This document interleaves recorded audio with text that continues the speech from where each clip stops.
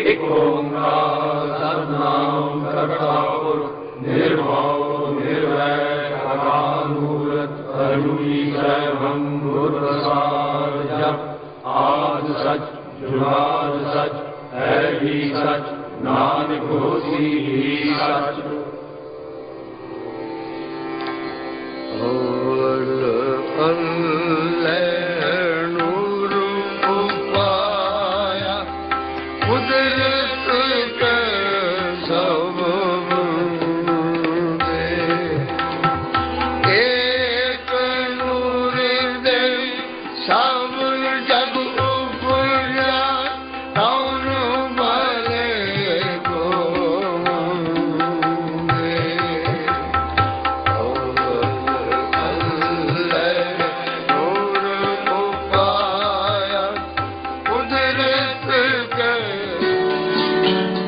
बसंत की वो भोर भी रोज की तरह ही फूटी थी।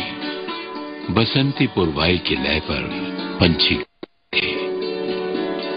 ये वो दिन था जब प्रकृति अनगिनत रंगों की छटा बिखेरती हुई ऋतु के यौवन का पर्व मनाती है।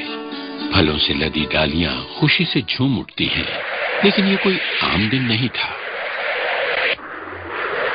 मेरी तलवार बलिदान मांगती है। आनंदपुर में बैसाखी के दिन मंत्र मुक्त जनसभा के सामने खड़े राजसी गुरु गोविंद सिंह की ललकार गूंज उठी। 30 मार्च 1699। सन्नाटा छा गया। है आप में से कोई जो अपने रब और अपने गुरु के लिए जान कुर्बान कर सके? अविश्वास भरी एक हलचल हुई। इस तलवार को चाहिए एक सर की कुर्बानी। एक आदमी आगे आया। गुरु गोविंद सिंह उसे खैमे में ले गए और खून से रंगी तलवार लिए लौटे। 5 बार ऐसा ही हुआ। 5 आदमी गए। हर बार खून रंगी तलवार आश्चर्यचकित सभा को दिखाई गई और फिर वहां मौजूद लोग दंग रह गए जब 5 एक सी पोशाक पहने नए पैगाम वाले आदेश का परचम लहराते हुए सभा के सामने आ खड़े हुए। एक ऐसे समाज का अगुआ जो पवित्रता की मिसाल था। ये था खालसा पंत।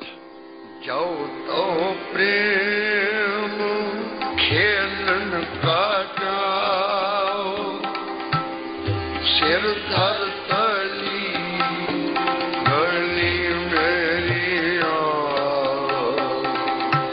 ये तो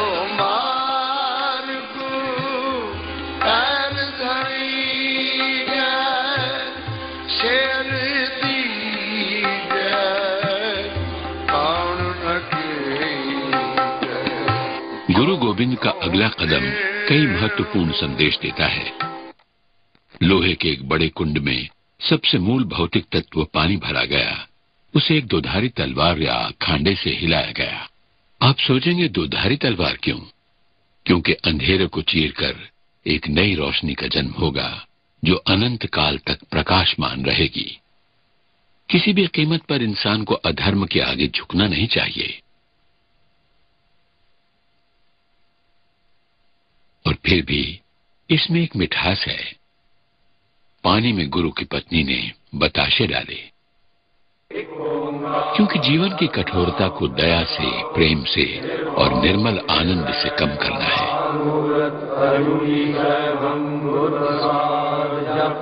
आद सच जुगाद सच है भी सच नानक होसी ही सच।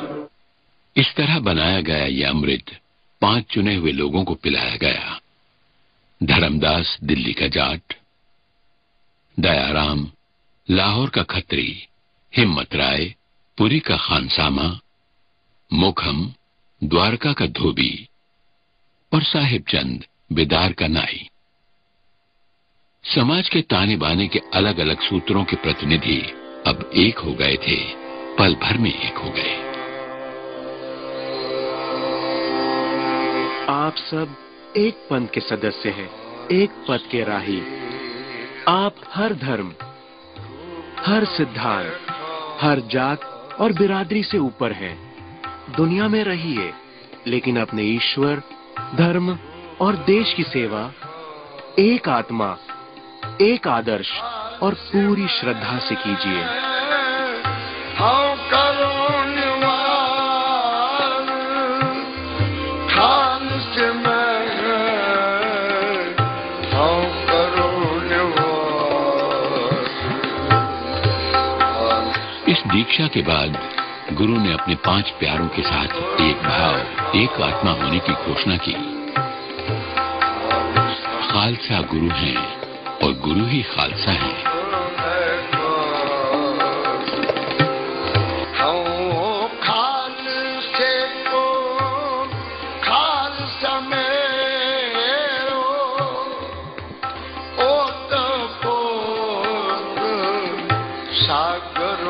ये एक महान परिवर्तन था जिसका उद्देश्य था खालसा पंथ को फैलाना ताकि ये पहले से ज्यादा आगे बढ़ सके।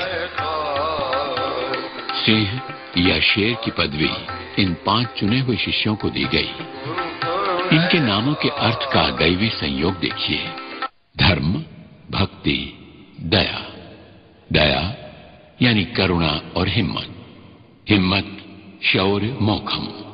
मोखम, स्वयं पर विजय। साहिब यानी नेता। ये 5 शेर ही खालसा पंथ के स्तंभ हैं।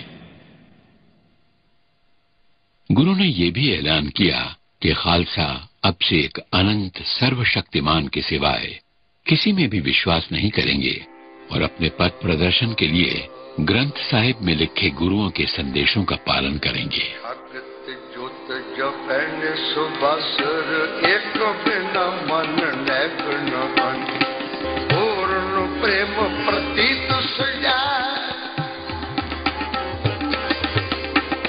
पूर्ण प्रेम प्रतीत सजा प्राप्त पूर्ण मणि मठ पूर्ण मन जागृत ज्योत जब पहले सुबस एक बिना मन नैगुण मन जागृत ज्योत जब पहले सुबस एक बिना मन। नानक के संदेश के आधार पर गुरु गोविंद सिंह ने अपनी एक अलग पहचान बनाने के लिए कुछ नियम बनाए जो जीवन की शैली बन गए। केश, खालसा को बिना कटे हुए केश रखने होंगे ताकि वो मनुष्य की अनछुई सुंदरता से मेल खा सकें। यह उसके विश्वास के प्रति उसकी निष्ठा की घोषणा थी। कंघा, जो सफाई का प्रतीक है और प्रकृति की अपार भेंट के सम्मान का प्रतीक भी। कड़ा, ये लोहे का कड़ा जो सीधे हाथ पर धारण करना होता है। ये दर्शाता है अनंत संपूर्णता बिना किसी रुकावट या जोड़ के। ये हर एक सिख को याद दिलाता है कि वो ईश्वर का खास बंदा है। किरपान, एक छोटा मुड़ा हुआ खंजर जो अन्याय और अत्याचार से अपने आदर्शों की रक्षा के लिए हर वक्त साथ रखना चाहिए। और कच्छा, छोटा अंतः वस्त्र जो आत्म संयम और शिष्टाचार का प्रतीक है, धारण करना होगा। ये 5 का खालसा पंथ के जीवन के प्रिय और गौरवशाली अंग बन गए। एक ऐसी पहचान जिसने इस कौम को उच्चतम नैतिकतापूर्ण जीवन की ओर बढ़ने की प्रेरणा दी। एक आत्मा से अनंत तक पहुंचने के लिए इस विश्वव्यापी बिरादरी में एक नई जान फूंक दी। ये था सच्चा और पवित्र खालसा। 1699 की बैसाखी के दिन गुरु नानक की मुहिम एक ऐसे तेजस्वी शिखर पर पहुंची जिसका नूर आने वाले समय को हमेशा रोशन करता रहेगा। आज से 3 शताब्दी पहले खालसा पंथ का जन्म हुआ।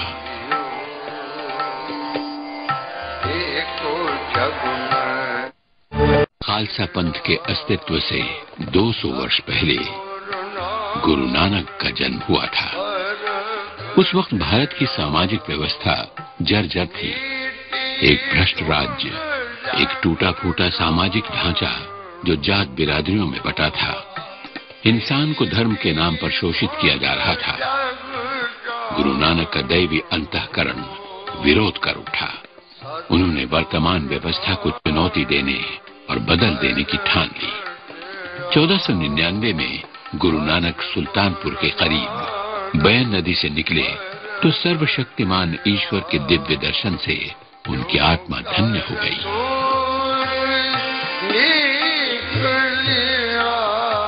उन्होंने जनता को आह्वान दिया कि वो अपनी क्षमताओं को पहचानें और दैवी शक्तियों को उजागर करें और अन्याय से लड़ें। न कोई हिंदू है, न कोई मुसलमान। गुरु नानक ने कहा, इंसान का कुछ भी नहीं, वो तो सिर्फ ईश्वर की नेमतों का रखवाला है। उनके 5 सिद्धांत थे: विश्व बंधुत्व, इंसानों में भाईचारा, धार्मिक स्वतंत्रता, औरतों को बराबरी का दर्जा, पर्यावरण की रक्षा और पारदर्शी तथा लोक हितकारी सरकार। गुरु नानक धार्मिक यात्राओं पर निकल पड़े ईश्वर का ये संदेश लोगों तक पहुंचाने। वो कामरूप से बगदाद गए, श्रीलंका से कैलाश तक गए, अपनी वाणी, अन्योक्तियों और उदाहरणों की मदद से लोगों में बांटने के लिए। उनके शब्द जीवन शैली बन गए जिन्हें यह कौम आज तक मानती और पालन करती है। किरत करो, नाम जपो और वंड छको, ईमानदारी से कर्म करो, हमेशा अनंत अविनाशी को याद करो जिन्हें लोग ईश्वर कहते हैं, और जीवन में जो भी मिले उसे अपने साथियों के साथ बांटो। ये 3 काम थे: नाम, दान, स्नान। नाम ये याद रखने के लिए कि अकाल पुरख या अनंत ईश्वर सर्वशक्तिमान है। दान अपने साथियों के साथ अपना ज्ञान, शक्ति, कौशल और धन बांटना और देना। स्नान यानी रीतिपूर्वक स्नान करना सिर्फ शरीर की सफाई नहीं, बल्कि अपना मन, व्यवहार और पर्यावरण भी पूरी तरह साफ। गुरु नानक करतारपुर में बस गए और वहां एक ऐसे समाज की रचना की जो उनके ज्ञान और शिक्षा का आदर्श नमूना था। यही आगे चलकर खालसा समाज का केंद्र बना। गुरु सिखों के साथ रहते, उनके साथ एक खेत जोतते, लंगर में बैठकर सबके लिए पका एक सा खाना खाते और मिलकर रब के गुणगान और भजन कीर्तन करते। उनके उत्तराधिकारी गुरु अंगद भी उन्हीं के बताए पथ पर चले।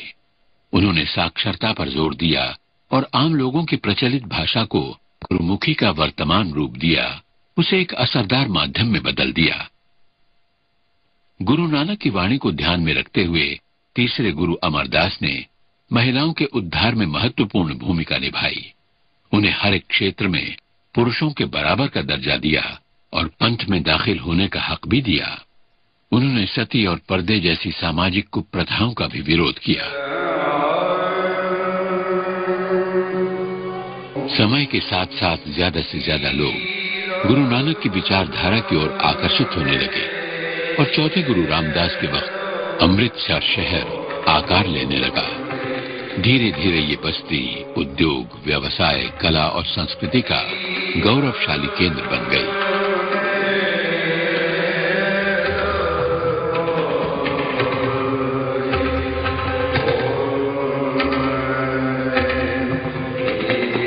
गुरु अर्जन देव ने सिख धर्म की विश्व व्यापकता पर अपनी मोहर लगा दी जब उन्होंने एक मुस्लिम सूफी संत साहिब मियां मीर को स्वर्ण मंदिर स्थित हरमंदिर साहब की नींव रखने का न्योता दिया। उन्होंने अपने पूर्वजों की सीखों और साथ ही देश भर के ज्ञानी संतों की वाणी भी जमा की और गुरु ग्रंथ साहब की रचना की। शब्द ही देवता बन के विराजे और गुरु ने स्वयं को दूसरा स्थान दिया। जैसे जैसे सिख कौम बढ़ने लगी, उस दौर की सामाजिक और धार्मिक संस्थाएं और राज्य भी उनसे ईर्ष्या करने लगे। गुरु अर्जन देव को बंदी बनाया गया, उन पर कई अत्याचार किए गए और आखिर में वो मानवता के हित के लिए शहीद हो गए। इस घटना के बाद इस कौम ने हथियार उठा लिए क्योंकि उन्होंने ये जान लिया कि अपने विश्वास को कायम रखने के लिए ये जरूरी है कि अपने हक की रक्षा की जाए। अपने शहीद पिता की गद्दी पर जब गुरु हरगोबिंद बैठे तो उनकी उम्र सिर्फ 11 वर्ष थी।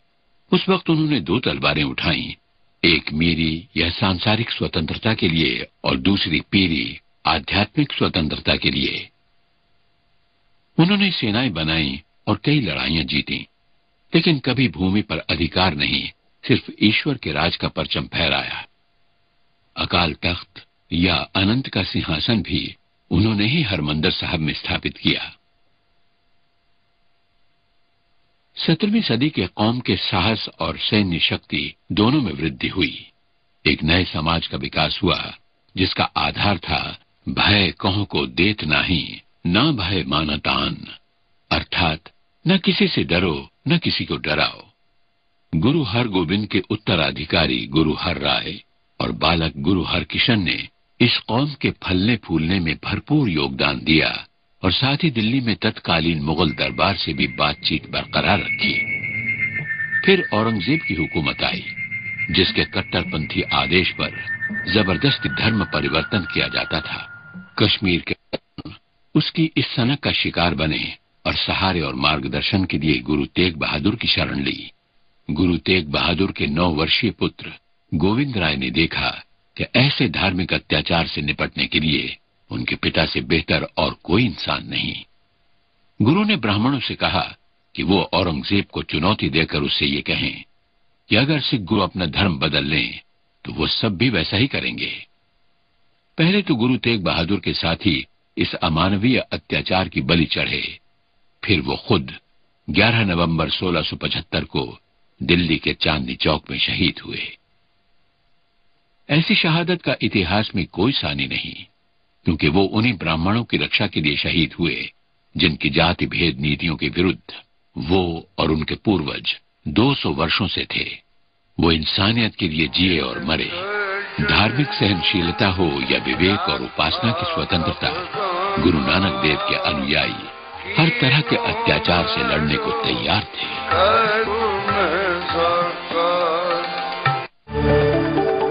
कई भजन लिखे। उन भजनों में उन्होंने अपनी दिव्य दृष्टि के अनुभवों को ऐसे शब्दों में समझाया कि उन्हें सुनकर लोगों की अंतरात्मा जाग उठी और साथ ही वीरता और शौर्य की भावना भी जागृत हुई। उन्होंने तलवार को अनंत ईश्वर के प्रतीक के रूप में पेश किया। ईश्वर का न्याय दिलाने में ही तलवार का गौरव और यश था, लेकिन ये तलवार आक्रमण का प्रतीक नहीं थी। ये खुद को बड़ा या ताकतवर साबित करने के लिए भी नहीं थी, बल्कि के रूप में इस्तेमाल के लिए थी। गुरु गोविंद सिंह ने औरंगजेब को विजय के विख्यात सफरनामे में लिखा था, जब बाकी सारे उपाय असफल हो जाएं, तभी तलवार उठाना उचित है। गुरु गोविंद सिंह ने निडर योद्धाओं की एक नई सेना तैयार की, जो सत जीवन जीने और सिद्धांतों के लिए मरने को प्रतिज्ञाबद्ध थी। यहां तक कि उनके नौकर चाकर और खानसामे भी तलवार के धनी थे। 17 वर्ष की उम्र में भंगरी में उन्हें खुद को भीमचंद नामक हमलावर से बचाने के लिए लड़ना पड़ा, जिसे उन्होंने आसानी से हरा दिया।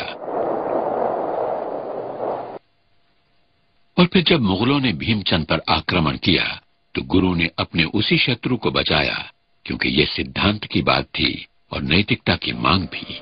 तेरे गुण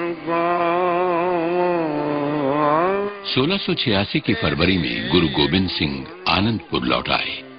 उन्होंने 4 किले बनवाए, जहां आज गुरुद्वारे हैं। उनके नाम सिख विचारों के प्रतीक हैं।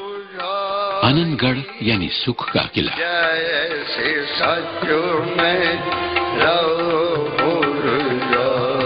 लौहगढ़ या लोहे का किला, जो ताकत और पवित्रता का प्रतीक है। फतेहगढ़, जो ईश्वर की विजय को समर्पित है।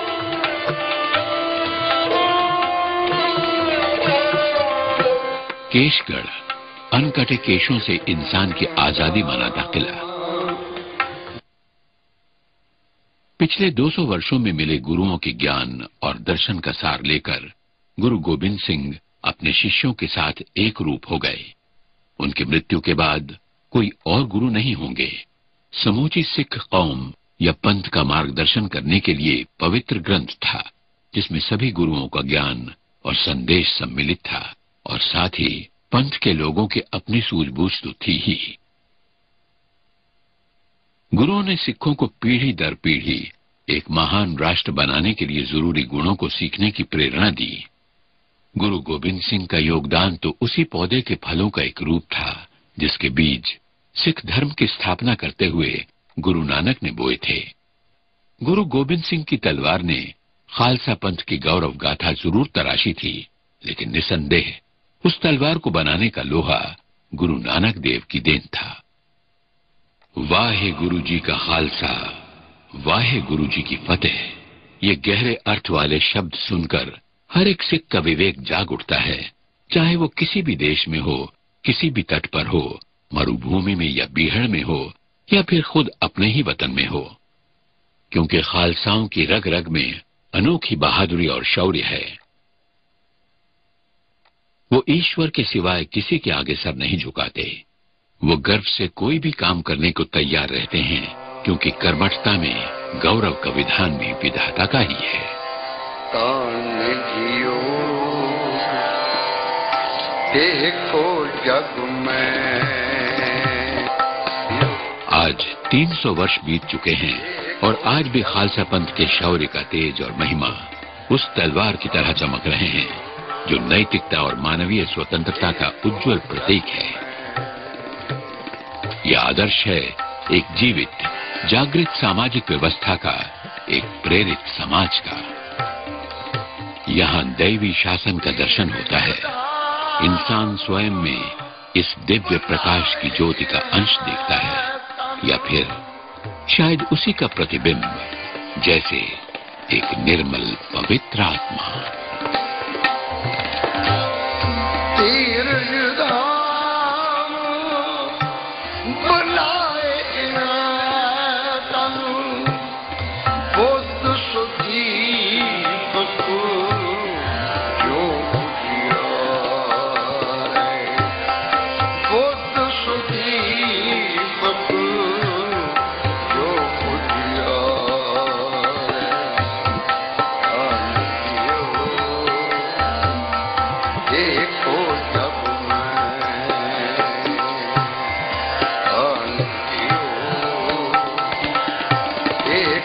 जग